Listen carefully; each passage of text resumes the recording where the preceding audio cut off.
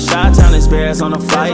Let me go tune in to Keek on the mic. He gon' make sure we get our news and highlights. When you get on YouTube, you better hit the likes. What's going on, Bears fans? Thank you so much for joining me for another episode of Keek on the Mic, the podcast all about the Chicago Bears. As always, if you're new to the channel, make sure you hit that subscribe button and the notification to catch all Bears content right here on the podcast. Bears fans, we are back once again for a Week 3 pregame show as the Bears head to Indy to take on the Colts. Once again, I am joined by Isaiah Frey. How you doing, Isaiah? I'm good. How you doing?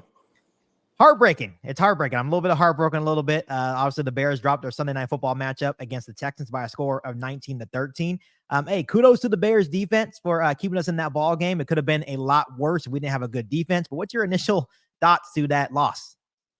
Defense is still elite. They got a really good defense, man. I think defense is, like we said earlier, I think they're still top 5 in the league. That was a great offense they played, and they held them in check for most part for the whole game. So kudos to them. Moving to the offense side of the ball, man, like I just told you off air, man, that was one of the worst displays of O-line play I've seen in a long, long time, and it's scary. You know, I told you off air, Isaiah, and we've had a lot of rants the last couple of years about our center, especially Sam Musfer, Lucas Patrick. Right. It seems like we're getting worse at the center position with Coleman Shelton. And then obviously the interior of the offensive line just can't stop a stunt or block a stunt to save their lives. They look lost out there right now. Very lost, man. Very lost. Felt bad for Caleb. You can sit there and say all you want that he's not doing good. That wasn't his fault. A lot of people back there, man, wouldn't have figured that out. That was tough. That was tough to watch. Yeah, a lot of people were like, "Oh, this loss is on Caleb. He threw 2 interceptions." No. But did you see the plays that he made to, get out of the pocket and try to, make things happen for his football team? It's right. Hard. Yeah, it is hard, man. He did his best, and I actually the first quarter and a half, I thought he played well. Like, he was decisive with his throws. Yeah. He knew exactly where he wanted to go, controlled the clock. You know what I mean? No bad throws, no bad decisions. That was good to see. But then, that's that D'Amico defensive savant over there figured out what they weren't good at, man, and he exposed it. And it was for the world to see. Once again, kudos to the Chicago Bears defense, keeping it a close game. That was a Houston Texans team that could have easily blown out the Chicago Bears. But I feel like we do have a top 5 defense. I think they proved it even in a loss. But Isaiah, I do want to break down some stats of this putrid offensive line performance for the Chicago Bears, just if you weren't aware. Obviously, The Houston Texans sacked Caleb Williams 7 times last night. They had 36 total pressures, where Daniil Hunter and Will Anderson Jr. had 17 combined alone on Caleb Williams last night. 11 quarterback hits. So obviously, Caleb Williams was running for his life. 9 tackles for loss. It's not just in the passing game. We're unable to run the football as well with DeAndre Swift. Just due to the fact that our offensive line can't block. And then Houston blitzed 37.5% of the time last night, which, hey, with a rookie quarterback, I would have done the same thing. So when you hear those numbers, what is your initial reaction? Wow. That's all I can say is wow. And for a rookie quarterback to have to deal with that is unbelievable, man. That's not fair to him. I think the front office, man, should start looking in the mirror and looking at themselves and saying, I don't think we took care of business in the offseason, because they didn't, man. You didn't set this dude up for, you can have some receivers to throw the ball to, but it doesn't matter if you ain't got no blocking, man. It really doesn't. Like, my favorite quote of the night was Collinsworth. Caleb Williams gets sacked. He's like, "Oh, well, this is the time that the Bears missed Keenan Allen." I was like, okay, Keenan Allen's going to be able to go on the O-line and block these dudes from getting to Caleb. And it's like, come on, man. Like, we all see the obvious. So, wow. Yeah, it's been 3 years, I believe, since general manager Ryan Poles has taken the job here in Chicago. And 3 years of O-line misery. What makes it so frustrating as a Bears fan is that him and Ian Cunningham are ex-offensive linemen. So the fact that they can't figure out the offensive line in 3 years is just mind-boggling. And people are like, "Hey, Keek, be patient." No. I think 3 years is enough, right? 3 years is enough to build a steady offensive line. It is. And then you place all the blame on their previous quarterback, who we won't say their name because want to get nobody riled up. People get but heard about that. Yeah, but it's like, come on, man. Like, let's be real about the situation. Like, O-line play hasn't been good for the last few years, and we're picking up players for other positions. Doesn't add up, and it's being exposed on national television. So obviously, Isaiah, we know that the Bears O-line needs some major upgrades, especially on the interior, maybe really looking at Nate Davis, the right guard, and Coleman Shelton at the center. There is kind of rumors going around, and this is just hypothetical. This doesn't mean it's actually going to happen or it's going to be set in stone. But the Bears could be all in on 5-time Pro Bowler to kind of solve their O-line crisis. So I'm going to go over some options right now of maybe some guys that can come in and be major upgrades. Of course, it's really hard to trade for a guy in season. And you're really not going to find a quality starter in the free agent market. But the first guy that I really have in mind is Brandon Scherf. He's a guard, 6'5". He is 32 years old, currently with the Jacksonville Jaguars. This wouldn't be a long-term option, but I think would be a great option upgrade over a guy like Nate Davis. Last season with the Jaguars, he only gave up 15 pressures and 2 sacks playing right guard. Has always really been stout in pass protection and could be a much-needed upgrade for the Chicago Bears offensive line for the next couple of years. How do you feel about that guy? I mean, it sounds good. I mean, 32 years old, kind of, he's almost my age, but it's hard for an offensive lineman to come in and be successful midseason. There's a lot to learn. Yeah. There's a lot of language to learn. It's just it takes time to get that cohesiveness of a line to play together. So to me, it could help slightly, but I don't think it's going to solve any problems. Right. I think for the most part, it could also be play calling as well. There's ways as an OC that you can maybe try to call plays to maybe help your offensive line a little bit, maybe moving pockets, not just really just having Caleb Williams being a sitting duck. I think we talked about this before, even last season with, the last Bears quarterback, about how sometimes the offensive coordinator would just leave him there as a sitting duck. I know that Caleb Williams is a really good pocket quarterback. I think he showed it at USC, but I think there's nothing wrong with having moving pockets really helping your offensive line as well. Absolutely. That helps a lot. Just being able to move around and getting the defense shifted, getting their eyes moving around. It slows them up slightly. I think that would really help them. And also, as Caleb starts to get more comfortable in the offense, him being able to check out of plays and call the right play in the moment when he anticipates a blitz.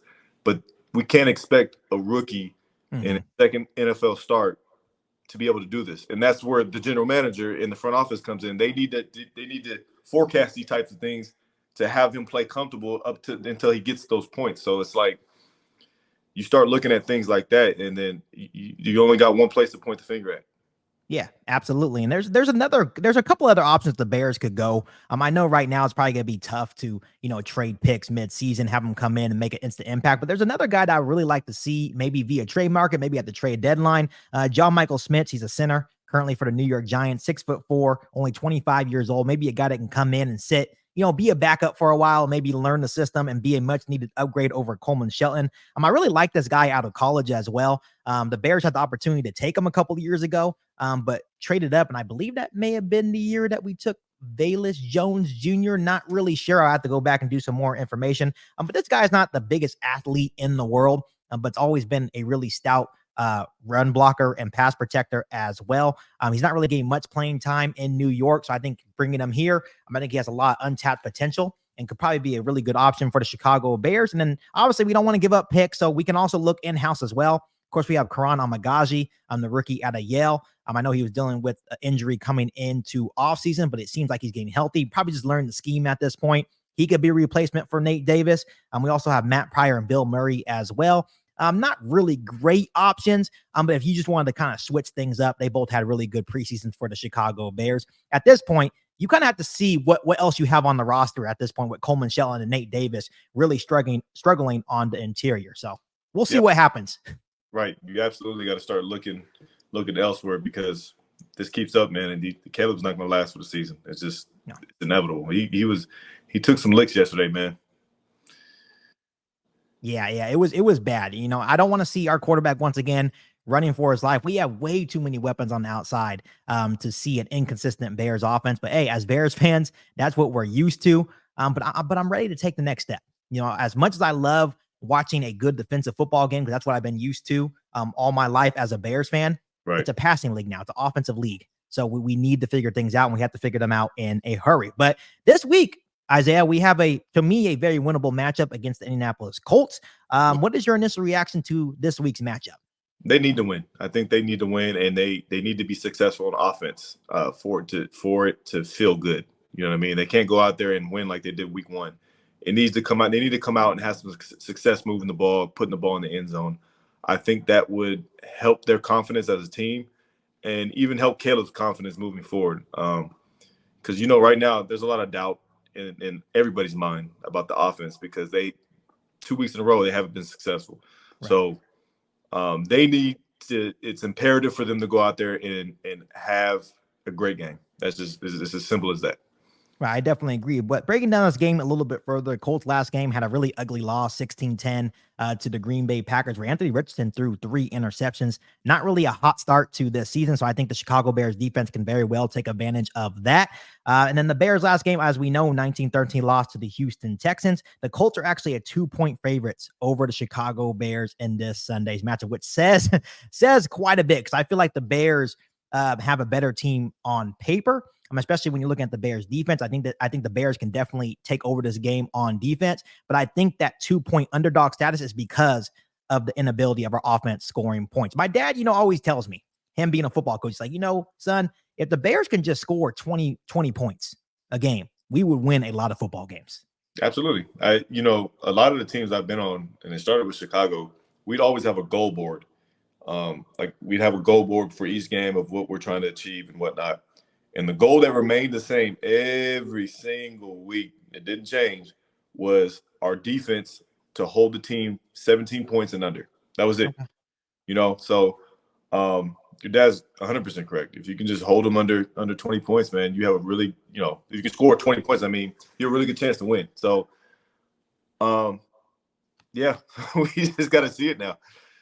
I think it's a golden opportunity this week against a Colts team that's kind of struggling with injuries as well. I think they're also kind of struggling on the opposite side of the football as well. When you look at key injuries, the main one right now, which is a huge break for the Chicago Bears offense, is defensive tackle DeForest Buckner is actually a long shot to play, and that's huge for a struggling interior offensive line here in Chicago. And of course, on the Bears side, we have wide receiver Keenan Allen still dealing with that heel injury. Hopefully he's back into the fold because I feel like he is a safety blanket. Rather your offensive line is struggling or not, he is that safety blanket that can get open really easily for Caleb Williams and be available for Caleb Williams. But when you look at the Colts injury report, how much of an impact is DeForest Buckner going to be if he is not out there? That's huge. It's huge. He's a number one D lineman.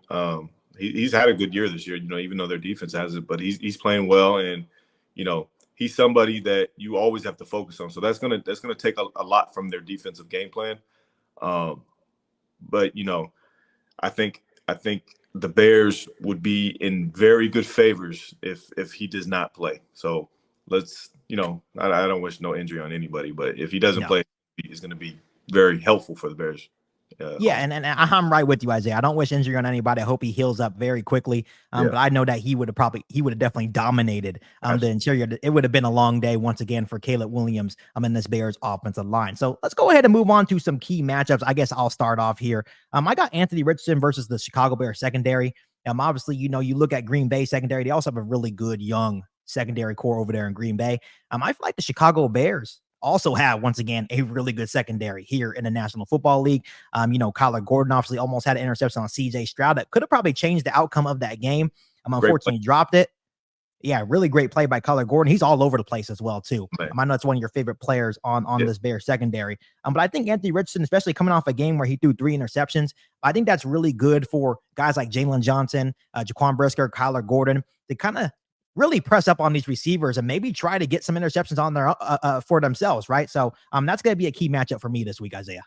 Yeah, I like it. I think, Anthony Richardson doesn't have a lot of reps in college or NFL right now. And, Bears got to take advantage of that, which I know they will. Defense is playing lights out, man, so I don't expect anything less from them.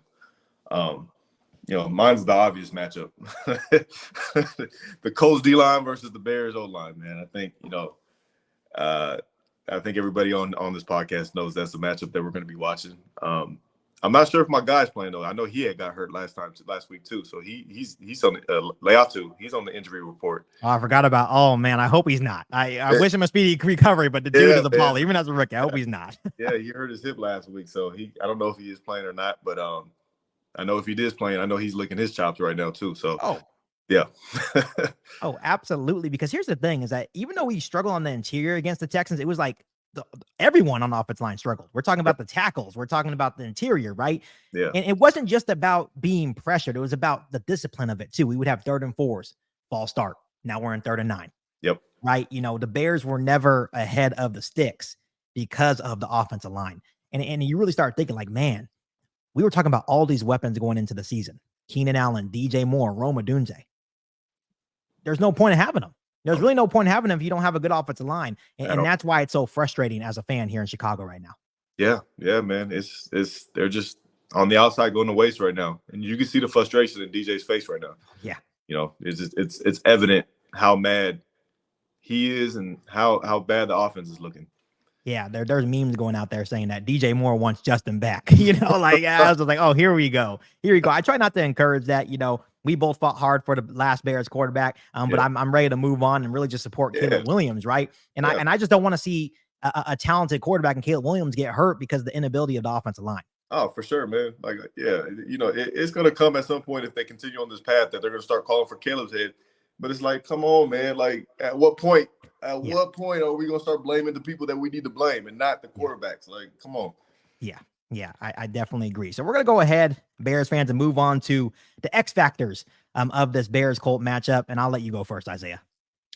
X factor for me is going to be the unit of the Colts D-line. I think that they, if they're able to get after Caleb like Houston did last week, I think it's going to be a long day. I honestly do. Even with our defense playing really, really well, it's going to be a long day.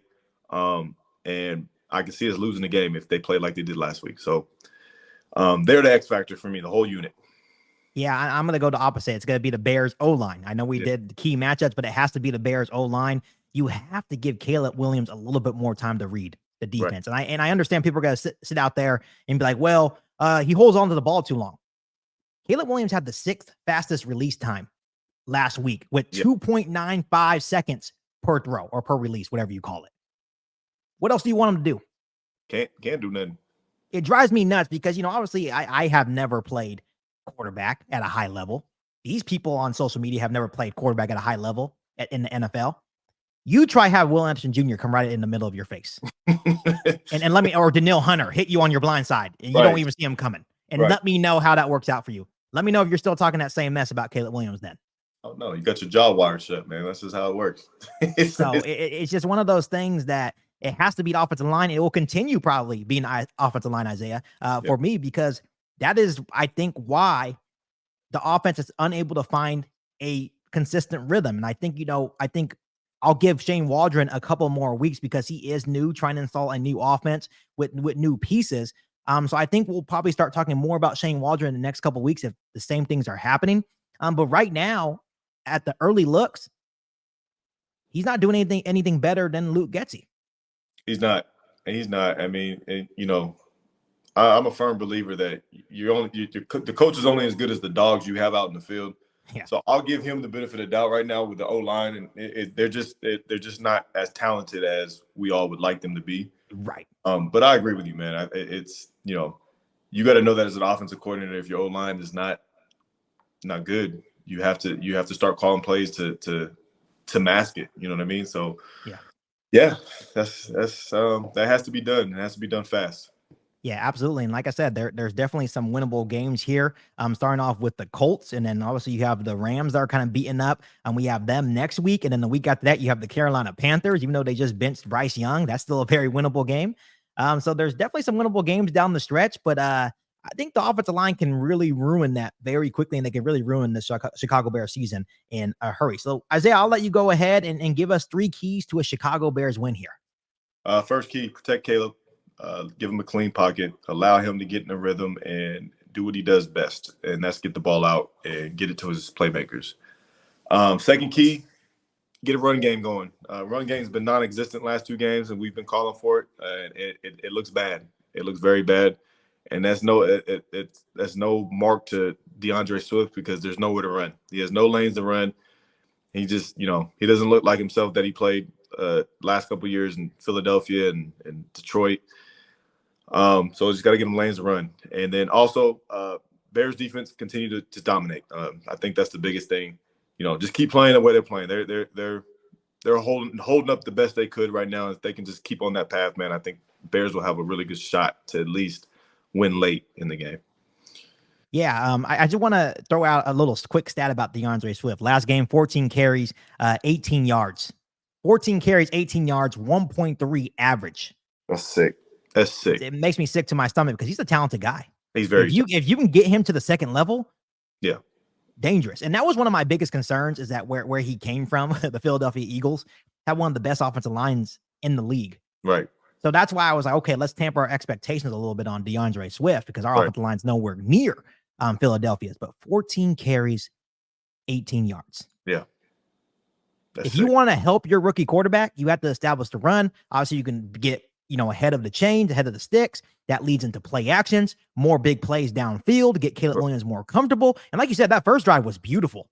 Right. I believe he went 5 for 5, 41 yards on that first drive.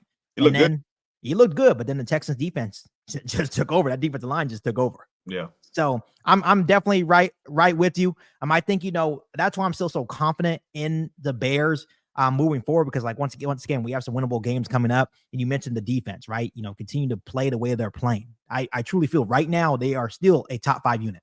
Oh, absolutely. They're playing if the offense can just get to middle of the pack, you're talking about a dangerous team here in Chicago. That's it, man. That's it. They just need to get to the middle of the pack. But by the looks of things right now, that's a long way away right now. Come on. Hey, man. Isaiah and I just want to watch playoff football for the Chicago Bears. That's it, man. That's all we want. That's all we're asking for. And we've been doing this together, for 3 years now?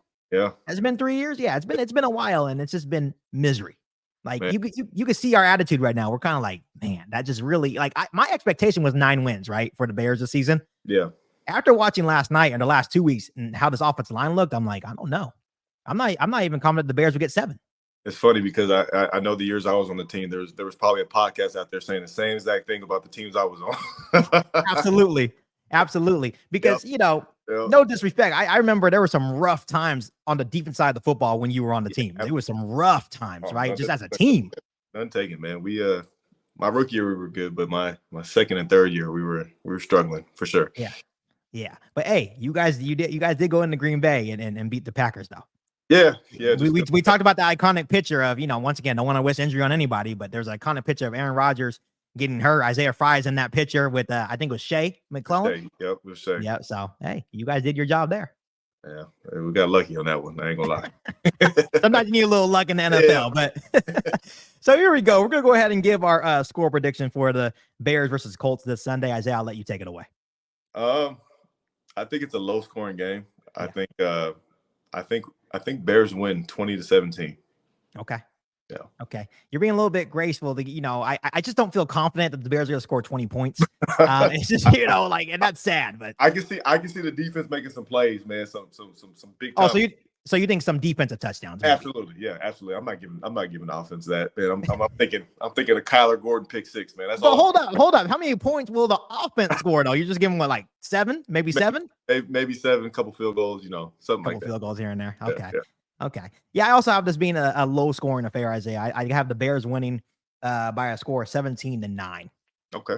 I think the Bears defense can really shut down the Colts offense. Yeah. I really think they can hold them under 10 points. I think the only reason if the Colts do score more points is because the offense keeps going 3 and out and the defense gets tired. Right. Yeah. But that's a possibility. But if the offense can get some rhythm, get some first downs, give the defense a little rest from time to time. Yeah. I think the Bears defense will take over this football game. Yep. Yeah, I agree. So the good news that Isaiah Frey and I both have the Chicago Bears bouncing back and hopefully going 2-1. And once again, Isaiah, after the Colts, I don't really like to look ahead, but you have the Rams, you have the Panthers, right? The Bears, if the offensive line can just give Caleb Williams a little bit of time, the Bears can at least go 2-1 in this stretch, right? Yeah. Yeah, they should. They should. They really should. Go 3-0. Yeah, they should, man. They should come out. They should come out these next couple of games and be what? 4-1? 4-1, yeah. It should be 4. Okay, I like that. I like that. I like the confidence. Hopefully the Bears offense and offensive line can have a bounce back performance up against the Colts team that is kind of struggling with some injuries. But once again, before we let you guys go, comment your score prediction for the Bears and Colts down below in the comment section. As always, make sure you continue to hit that subscribe button and the notification to catch all Bears content right here on the podcast. Make sure you follow me on all my social media platforms, and make sure you share this episode of Keek on the Mic with every single Bears that you know. Isaiah Frey, once again, thank you so much for joining me for today's pregame show. Absolutely. Thank you for having me. Yeah, no worries at all. And as always, Bears fans, bear down to you guys. You ain't bout it, you ain't bout it, you ain't Keek on the mic. You ain't bout it, you ain't bout it, you ain't Keek on the mic. You can go inside.